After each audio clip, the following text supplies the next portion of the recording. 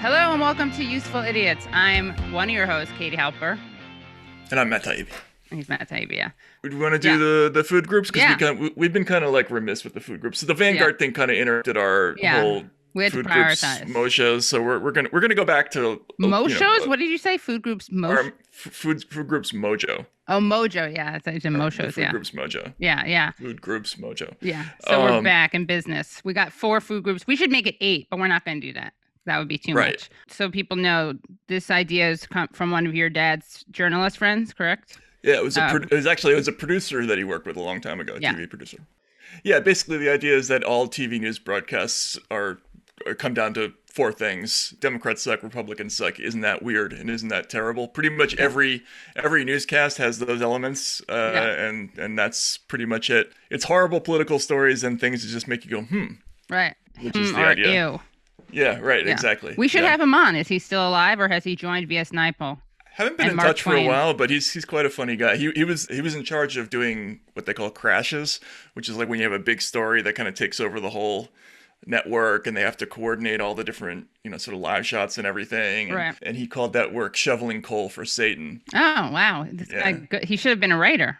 Yeah, he is. He is a writer. He's a funny guy. All right, let's do this. Let's go back to the 4 basic food groups. And that means Democrats suck, Republicans suck. Isn't that weird and isn't that terrible?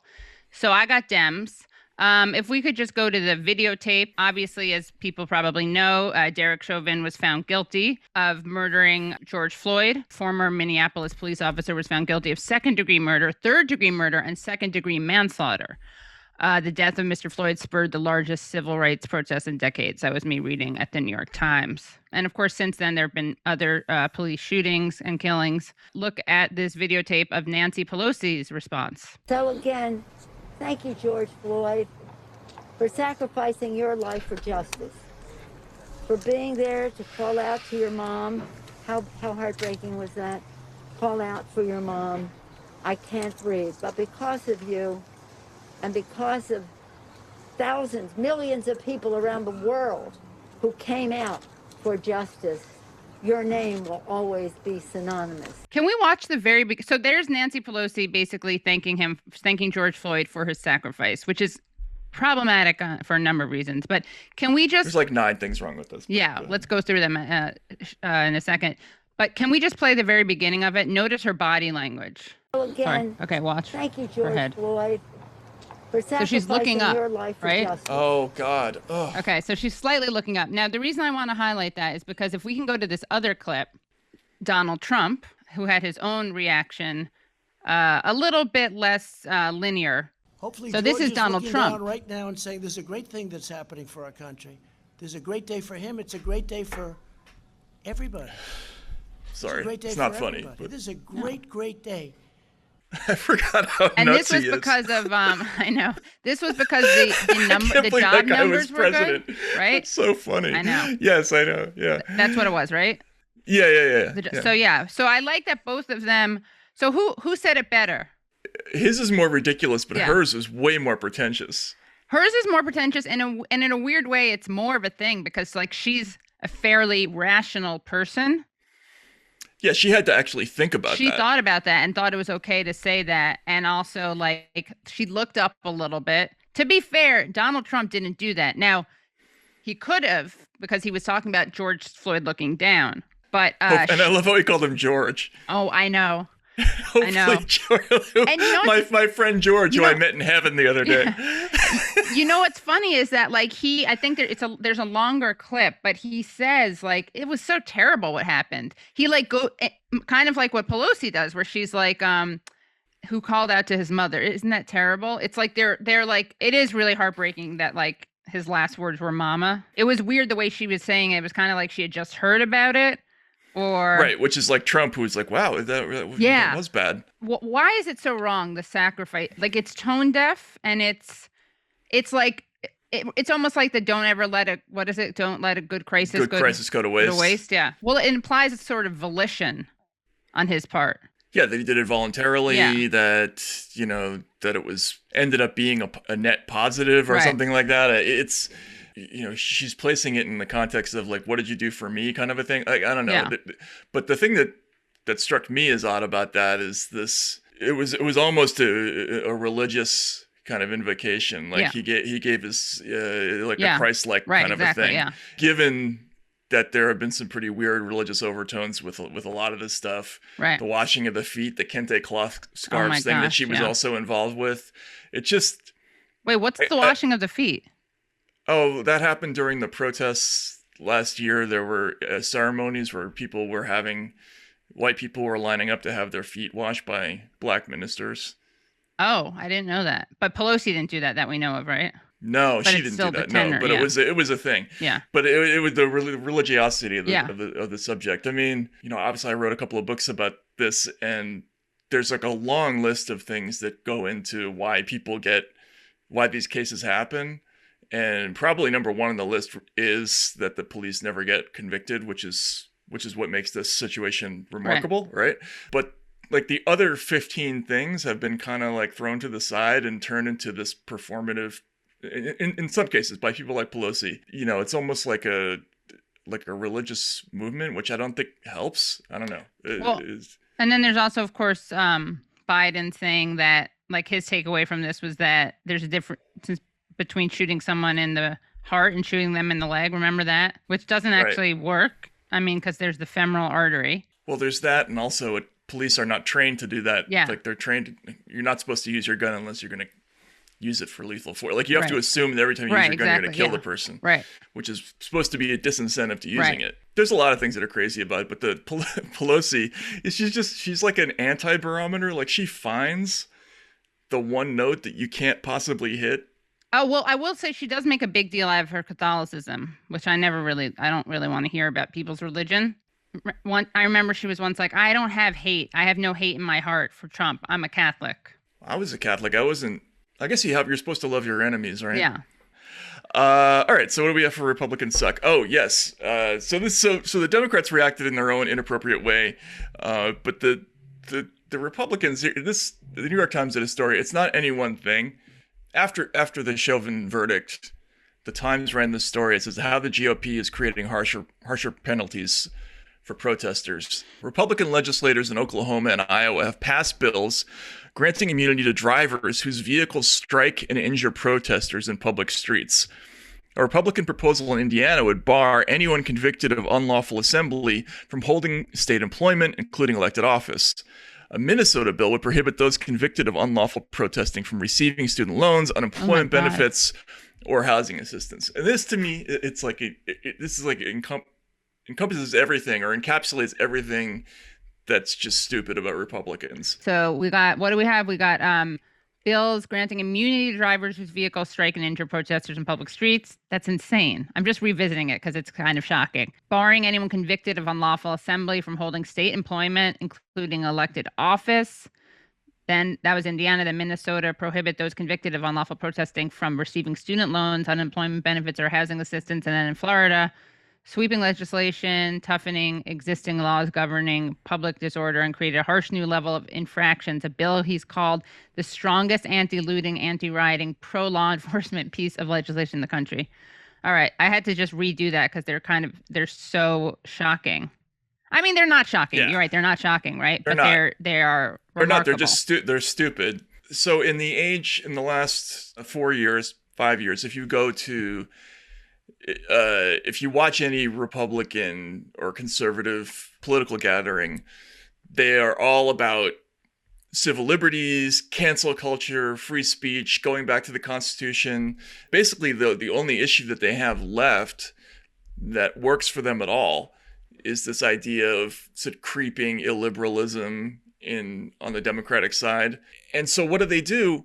Like, rather than actually lean into that issue and take it to a place that would probably be effective across the public, they turn around and do their own versions that are worse of crackdowns against civil liberties, right? So you're upset about people protesting in the streets, you're upset about all these other things, and so you're going to crack down on the right to assembly. Like that's now you've basically taken that issue away as a political winner for you. It's a complete contradiction. I feel like that's always been their lane. Like that's the constant. It's not the lane of like the sort of Ron or Rand Paul version of Republican. Right. Look, the 80s version of the Republicans that we all grew to love and hate, which was just hate. Let's put people in prison for flag burning and stuff like that. Like they would simultaneously talk about constitutional protections and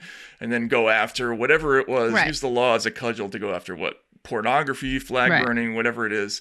And so it's just a repeat of the same stupidity that we've always seen from them, which is that they recognize something in the population that bothers people, and then they go and they double down, they give them a non-solution to it.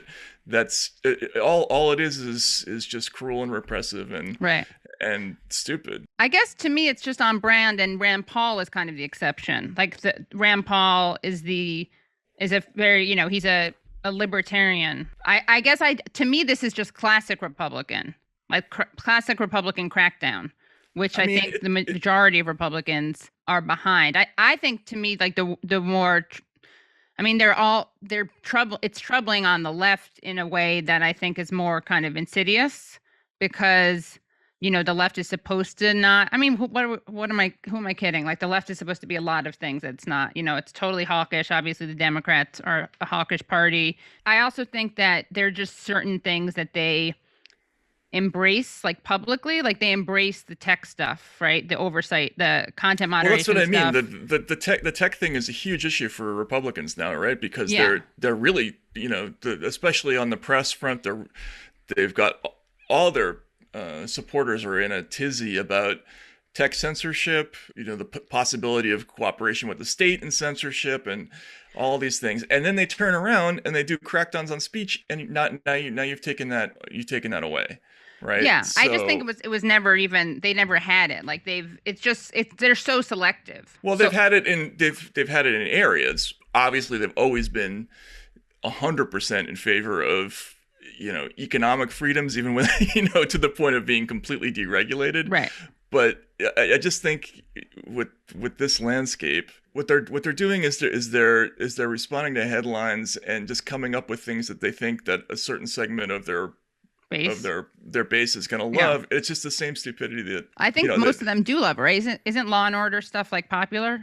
What is it? Tough on crime stuff? Yeah, Tough on Crime's always been popular with them. But yeah, again, this is a party that is struggling to find an issue that it can win on, because it's no longer even getting the bulk of the corporate money. It's not going to win on the economic liberty argument. It's not winning the donations battle anymore. So it needs an issue. What do we have for Isn't That Weird? So I mostly chose this one, if I'm being honest, for the headline, reading at Live Science. Your most distant cousin doesn't even have an anus. That's a great headline. It's a great headline, right? That's probably the least anticipatable headline. Like if you were going to predict all the weird headlines that would eventually exist, that would be a pretty hard one to predict. Yeah, it's pretty how good, the whole thing with like six monkeys typing. Eventually, they'll write Hamlet. Well, which would be first, Hamlet or your most distant cousin? Probably this, but Hamlet. It's in that area. Okay, so again, your most distant cousin doesn't even have an anus. It sounds like a diss, doesn't it? Like kind of like a Yo Mama joke, but about cousins, about distant cousins. Your mama doesn't have an anus. Yeah, your most distant cousin doesn't even have an anus. Your mama doesn't even have an anus. The nerve of those comb jelly predators. This is interesting, actually. Very interesting. If there's an interesting photo. It kind of looks like a hedgehog in profile combined with a lettuce. Right. Or cabbage, lettuce. Purple cabbage. Yeah. A sponge the size of a minivan, the largest on record, was found in 2015 during a deep sea expedition in Papahanaumoku Marine National Monument off Hawaii. Oh, another Hawaii story, by the way. These bizarre creatures are humanity's most distant animal cousins, according to new research. And this is from this week, by the way. So it's a new story, even though the discovery, I guess, was made in 2015. The entire history of the animal kingdom is like a long highway with different species exiting at different points to pursue their own evolutionary paths. And sea sponges got off at the highway's first exit, ending up in the most distant corner of the country. Scientists recently compared the genetics of sponges with that of another unusual animal, comb jellies. They say their research, published March 19th in the journal Nature Communications, resolves the debate, which, Matt, we've been having ourselves. Some biologists already considered sponges the most distant cousins of all other animals. Others argued that comb jellies were the true sister to all other animals. The concept of evolution existed for about a century before anyone discovered DNA. Many of the ideas developed during that era still hold. Animals that share many traits likely diverged from common ancestors more recently, taking the same evolutionary route until that point. And two animals that share fewer traits likely diverged longer ago. So we're the anus having trait? Yeah. And then there's the non-anus having trait? Yes, which is why we're, I guess, closer to the jellycombs. Wait, because they have anuses? Well, yeah, wait, hold on to your seats. Humans and other great apes, for example, look and act alike, so it makes sense to assume they share relatively recent ancestors. People and dolphins look different and live very different lives, but they share some key traits: live birth, mammary glands, and hair. So they're more like second or third cousins. Taking this approach to the entire diversity of animals on Earth would suggest that sponges split off longest ago. They don't have the muscles, nervous systems, organs, or even the traditional mouth-to-anus digestive tract common to all other members of the animal kingdom. Their animals mouth-to-anus digestive tract. Yeah, the MADT. Their animal traits are basic. That goes in the T-shirt list. Yeah, it does. They're made of multiple cells, produce sperm, lack cell walls, and need to eat for energy. But comb jellies, which have muscles, and guess what else they have? Anuses? Not just anuses, simple anuses. Comb jellies, I guess we have complex anuses. Anyway, comb jellies, which have muscles, simple anuses, and nerves, despite so many other differences from most animals. What's a simple anus? I know. It's like no strings attached, just, out one way, that's about it. Comb jellies, which have muscles, simple anuses, and nerves. SAN, that should be a T-shirt too. Simple anuses and nerves. Or just cut the nerves. I like you like mouth to anus, the digestive tract. That's good too. That can be on the back of the T-shirt. That can be a hit song of the band Simple Anuses. That's good, right? That's our band is Simple Anuses. That sounds like an 80s tribute band. Right? Yeah, that's what it is to the jelly comb. Comb jellies, sorry. Comb jellies, which have muscles, simple anuses, and nerves, despite so many other differences from most animal life on Earth, seem to have diverged more recently, belonging to the same non-sponge branch of animal life as human beings, sea lions and tarantulas. Why that? Why do we have to? I don't get why that. Why those people? Those creatures. But basically, here's the big discovery, okay? This sort of analysis is useful but imperfect. Birds and bats both fly, but not due to any common ancestor. They evolve their wings independently, as Live Science previously reported. Manatees and whales are both water-dwelling mammals, but Live Science reported manatees are closer to elephants, based on earlier genetic work that comb jellies split off from the rest of the animal kingdom before nervous system less sponges did. Okay, now they're just showing off about all the other pictures that all the other stories that they broke. Anyway, but this big picture method is too imprecise to make fine distinctions between cousins as distant as sponges and comb jellies. So the most important sponge comb studies rely on a handful of genes that all organisms share. Here's the reveal, okay? Even in those common genes, mutations creep in over time. The more mutations that separate two animals' common genes, the longer ago their evolutionary paths diverged.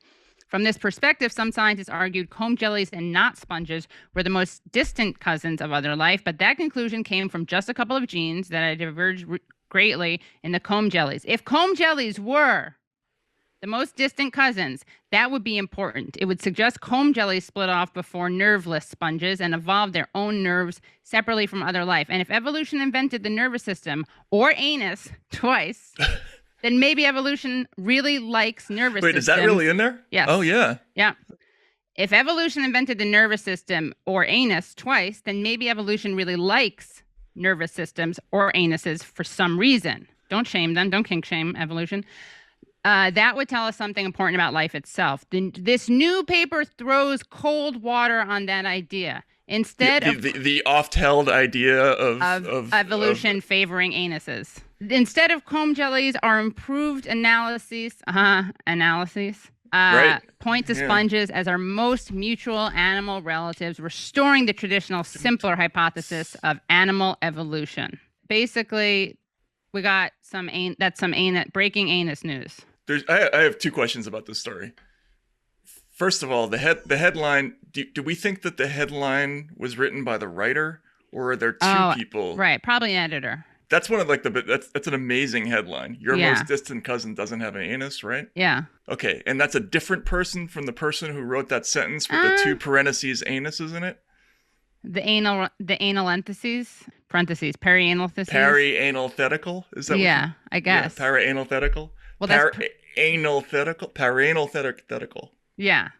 Parenathes. Well, yeah, parentheses. So parenathes. I don't know.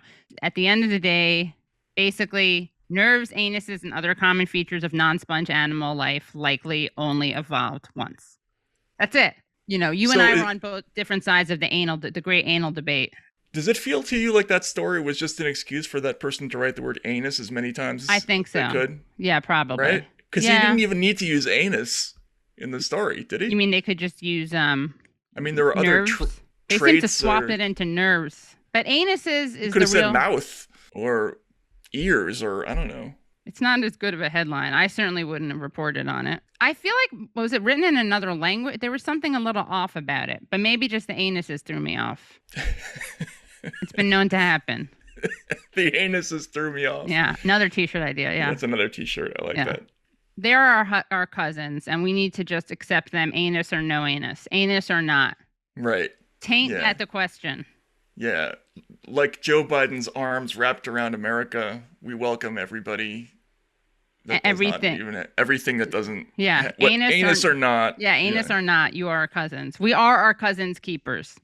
All right. Well, that's what. Anything else about that? No, it just isn't that. That's been. Let's go back over it again. That's been our weekly edition of Isn't That Anal? All right. Well, for Isn't That Terrible, I don't really have anything that's nearly as good as that. I was just thinking about the genre. We all consume so much news now, and there's like so much that happens in the world that we just lose track of stuff. And then every now and then you'll like read a headline that says like a country's gone. Yeah. Or there was a classic example of that this week. So the headline here is all gone, quote, St. Vincent Prime Minister appeals for aid amid ongoing volcano eruption. And then the lead is with 1/3 of his Eastern Caribbean nation transformed into, quote, a relative wasteland from the erupting La Soufriere volcano. The Prime Minister of St. Vincent and the Grenadines Tuesday appealed to the international community for help with his country's recovery. It's an extraordinary existential challenge that is facing us, Prime Minister Ralph Gonsalves said. The leader joined the United Nations in launching an urgent appeal for assistance to address the budding humanitarian crisis and multiple challenges created by the volcano's ongoing explosions. They are seeking nearly $29.2 million in assistance to cover the next 6 months and help start the recovery of the 20,000 people evacuated from the red zone after the volcano first unleashed ash on April 9th. I felt like they intentionally did two SH words together. Wait, where was it? Ash, and what's the other one? Unleashed Ash. Oh, yeah. I've never... Yeah, that's album. Yeah, Unleashed Ash. 3/4 are identified by the UN as in critical need of immediate assistance. The disaster has destroyed crops in the northern third of the island of St. Vincent, where La Soufriere is located, and is leading to a water shortage. Schools have been disrupted because the buildings are being used as shelters, and 2 of the island's 5 hospitals had to be evacuated. Think of us feeding on a daily basis 3 meals over 10 to 12,000 people. It's a Herculean task. Gonsalves said, this is the midnight hour of our need, and we are expecting the international community to come to our aid. I seem to remember a time when if there was a massive disaster that wiped out 1/3 of a country, or there was a dramatic scene of a volcano exploding, that it would have been all over the news and we all would have heard about it. Remember, yeah, you're right. That story should be erupting. Sorry, but yeah, no, it should be a huge story. You're right. I mean, it's a small island, but still, even just the fact that it's got dramatic video and everything, like, you know, when they had St. Helens or Montserrat. Like, it was all over the news for some. And I guess we're just not into volcanoes anymore. Is that a thing? I guess I don't know. Yeah, I don't. I mean, maybe it's because things are like all these glaciers are melting away. It kind of maybe it puts in perspective. It shouldn't, but maybe it's hard to keep track of the things being destroyed. Yeah, that's probably true. And the Fukushima thing.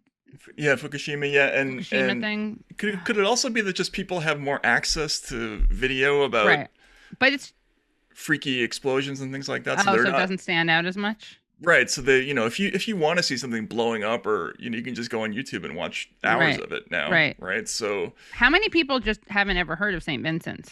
Probably a lot. I'm just you know, it's a hospital in New York, which also went away. There was a volcano there too? No, it was just there's people maybe have hardened hearts about the loss of St. Vincent. Yeah. Because the hospital closed. Yeah. Right. Yeah. They have St. Vincent destruction fatigue. So they just can't connect to the story.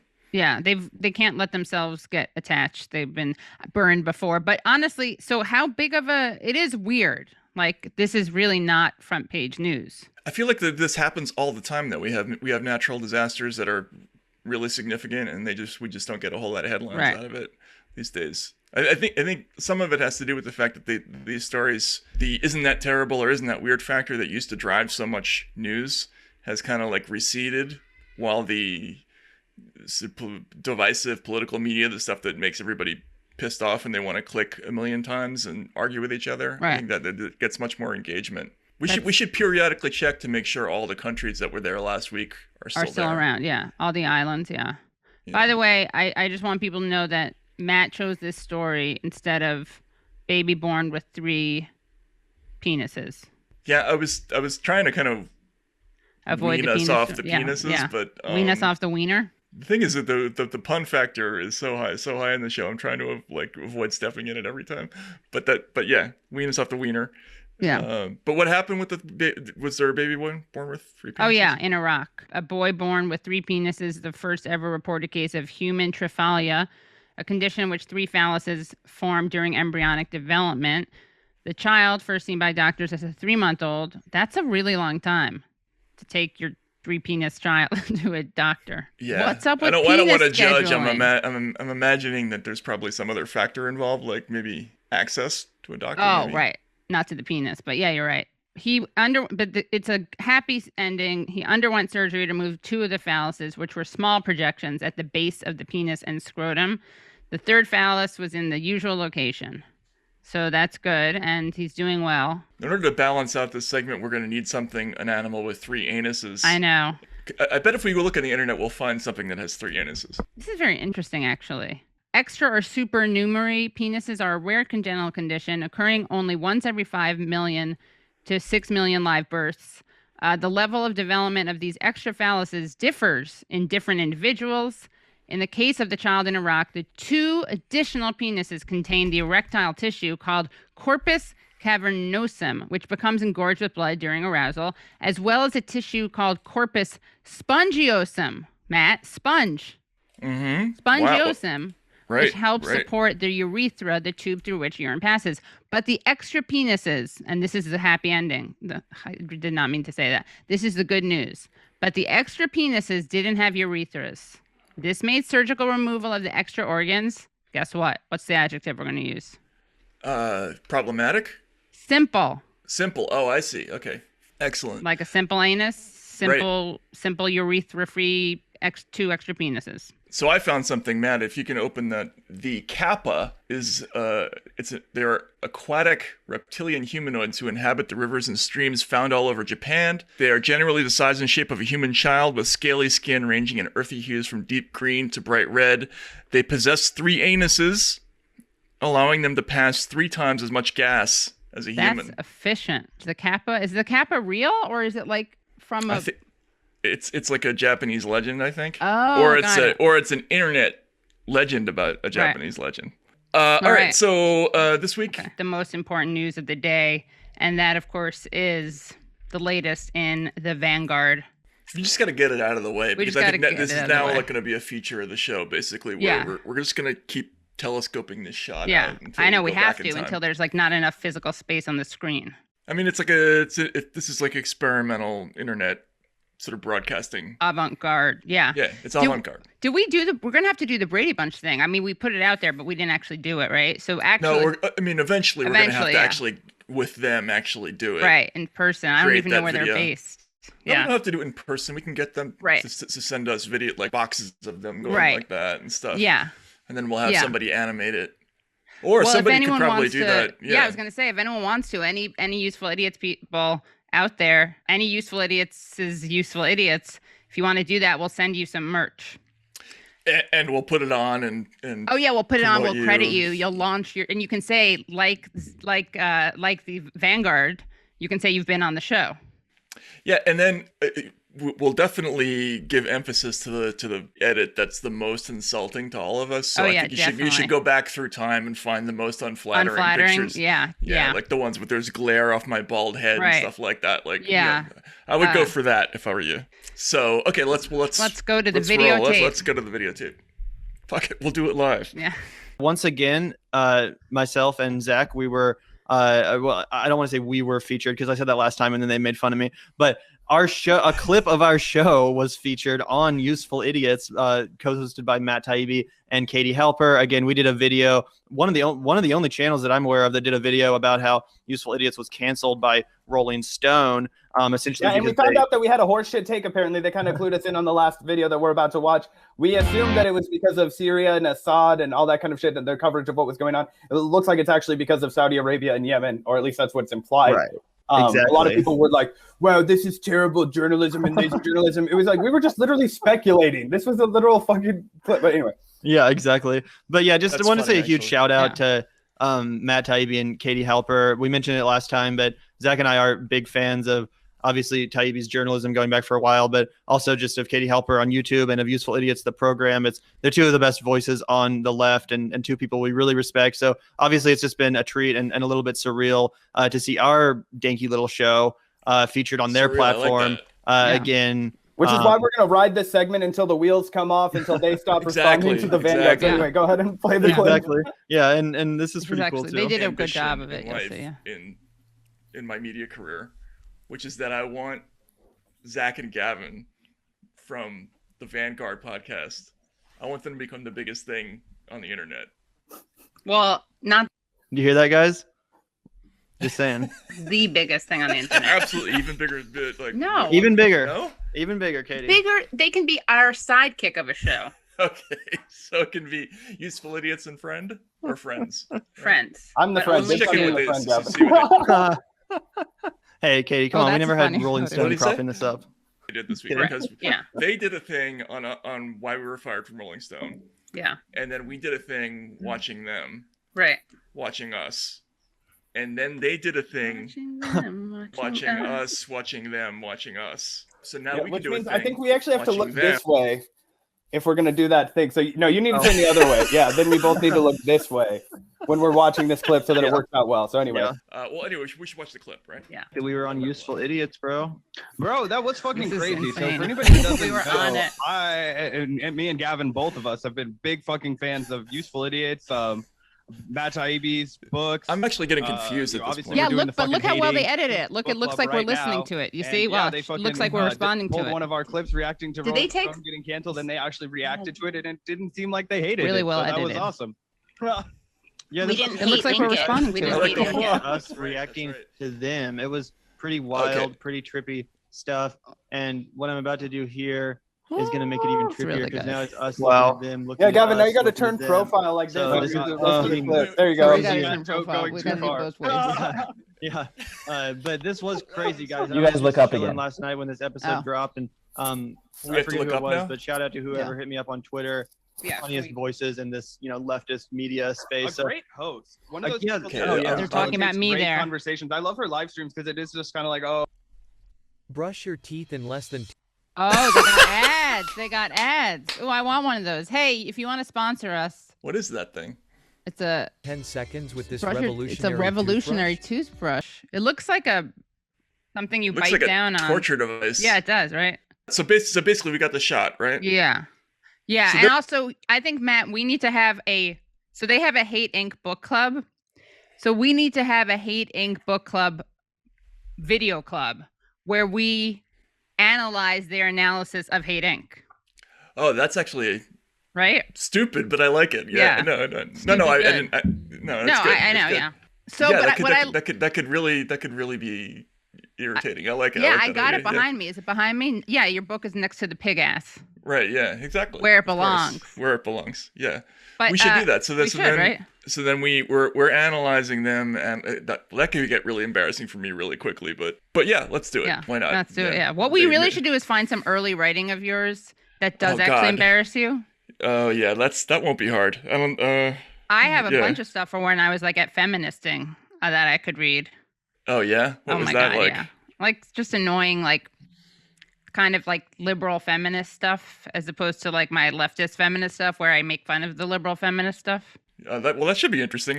Maybe I'll dig some of that up. I mean more pretentious way too many stuff. Adjectives. I want some pretentious, like early like you could find that up till last week. I mean, right? Yeah, true. Yeah, you know, V.S. Naipaul, he died. Mm-hmm. I don't know why that's the way I refer to him. You know that dead he's not guy? the only one. yeah. But he had a really good... Not common to V.S. Naipaul. Yeah. He has some really good rules about writing for early people. Not for you, obviously, but you just said you use too many adjectives, which is like, don't use adjectives when you're starting out. When you're starting out, that's probably a good idea. Yeah. Yeah, but as Mark Twain put it this way, eschew surplusage. Oh yeah, that's good. Yeah, that was his. Yeah. Also dead. Use this right word, not its second cousin. Do you know about him? Mark Twain is also dead. Another guy. Yeah. Yeah. Really quickly, the 7 rules for beginner writers. You ready for them? By Dead Man Naipaul. Do not write long sentences. A sentence should not have more than 10 or 12 words. Oh, we should look at your stuff and see how it racks up. Each sentence should make a clear statement. It should add to the sentence that went before. A good paragraph is a series of clear linked statements. Do not use big words. If your computer tells you that your average word is more than 5 letters long, there's something wrong. The use of small words compels you to think about what you are writing. Even difficult ideas can be broken down into small words. Never use words whose meaning you are not sure of. If you break this rule, you should look for other work.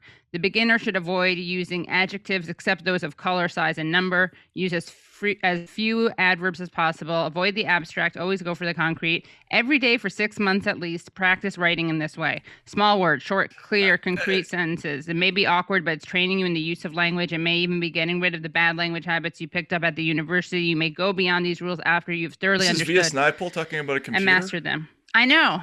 I mean, he did coincide with them. I don't actually like a lot of those rules. Really? Yeah, because this is like the sort of Ernest Hemingway school of writing short declarative sentences, no adjectives, no adverbs. It's like, it's rules for people who don't really like writing, I think. Well, yeah, it is for the beginner again. Right. So, yeah. I think Mark Twain's list at the beginning of Fenimore Cooper's literary offenses is better.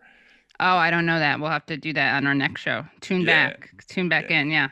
Yeah. I mean, if you applied those rules to everybody, then you would have a significantly less annoying internet, probably. But you also wouldn't have any good novelists, probably. Right. We can analyze the poem I wrote when I was 8 about homelessness. Right. How did it go again? I don't remember all of it, but one of the lines was, it was a first-person poem about a homeless woman in Riverside Park, which is right near where I grew up. She was like, I ride the trains, see the fancy people in furs of coats and leather. Do they even notice me? I really wonder whether. It's pretty good for an 8-year-old. Wow. It's kind of like, it's like Dr. Seuss meets like Jack London. Upton Sinclair. Sort of. Oh, yeah. Right. Yes. Yeah. The political stuff. Same idea. Yeah. We'll have to. We should do a deep dive into that. Yeah. Like an hour long. Every week. Okay.